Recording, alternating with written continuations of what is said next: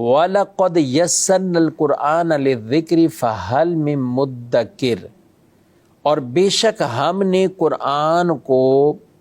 یاد کرنے، نصیحت لینے کے لیے آسان فرما دیا، تو کوئی ہے یاد کرنے یا نصیحت لینے والا؟ اس آیت مبارکہ کی بیسک دو طرح کی تفاسیر ہے۔ ایک تو یہ ہے کہ قرآن مجید فرقان حمید کو یاد کرنے کے لیے آسان بنا دیا، او چاہے عربی ہو، عجمی ہو، بچہ ہو، جوان ہو، جو بھی ہیں، قرآن پڑھنے کے لیے آسان ہے۔ اب کوئی نہیں پڑھتا تو اپنی کوشش کی وجہ سے نہیں پڑھ پاتا،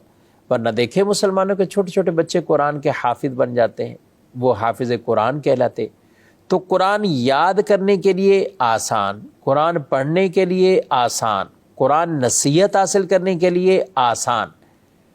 اب ایک مرحلہ قرآن سمجھنے کے لیے، بعض لوگ اس آیت کو لے کر کہتے قرآن سمجھنے کے لیے بھی یوں آسان ہے کہ بغیر کسی حدیث کی مدد، بغیر کسی علماء کی مدد، بغیر کسی تفسیر کی مدد، اور وہ اس آیت کو بیان کر کے کہتے ہیں کہ سب نے ہم نے سمجھ لیا، اس آیت کا مطلب یہ، اس آیت کا مطلب یہ، اس آیت کا مطلب یہ۔ یہی وجہ ہے کہ ہر کوئی ایرا گہرا اٹھتا ہے اور وہ قرآن کی خود من مانی تشریح کرنے لگ جاتا ہے،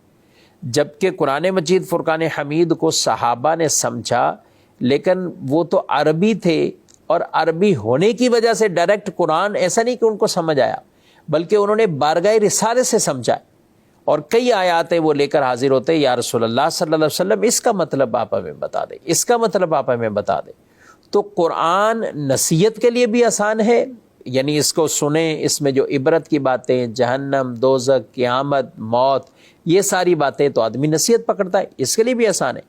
یاد کرنے کے لیے بھی آسان ہے، سہل ہے، کوئی کوشش کرتا ہے یاد بھی ہو جاتا ہے۔ لیکن قرآن کا سمجھنا تو وہ صرف الفاظ پر موقوف نہیں کہ بس عربی آتی ہو، ترجمہ آتا ہو، قرآن سمجھ گئے، ایسا نہیں ہے۔ اس کے لیے ہمیں حدیث کی طرف بھی محتاجی ہے، اس کے لیے ہمیں صحابہ کی تعلیمات اور اقوال کی طرف بھی، اس کے اندر تفاسیر کی طرف بھی، آج تک علماء تفاسیر نے، ائمہ نے جو کچھ بیان کیا، ہماری اس کی طرف محتاجی ہے، تبھی وہ سمجھ میں آئے گا، ورنہ من مانی قرآن کی دو تشریح کریں گے، تفسیر کریں گے، اور یاد رکھے قرآن میں اپنی رائے سے کچھ کہنا،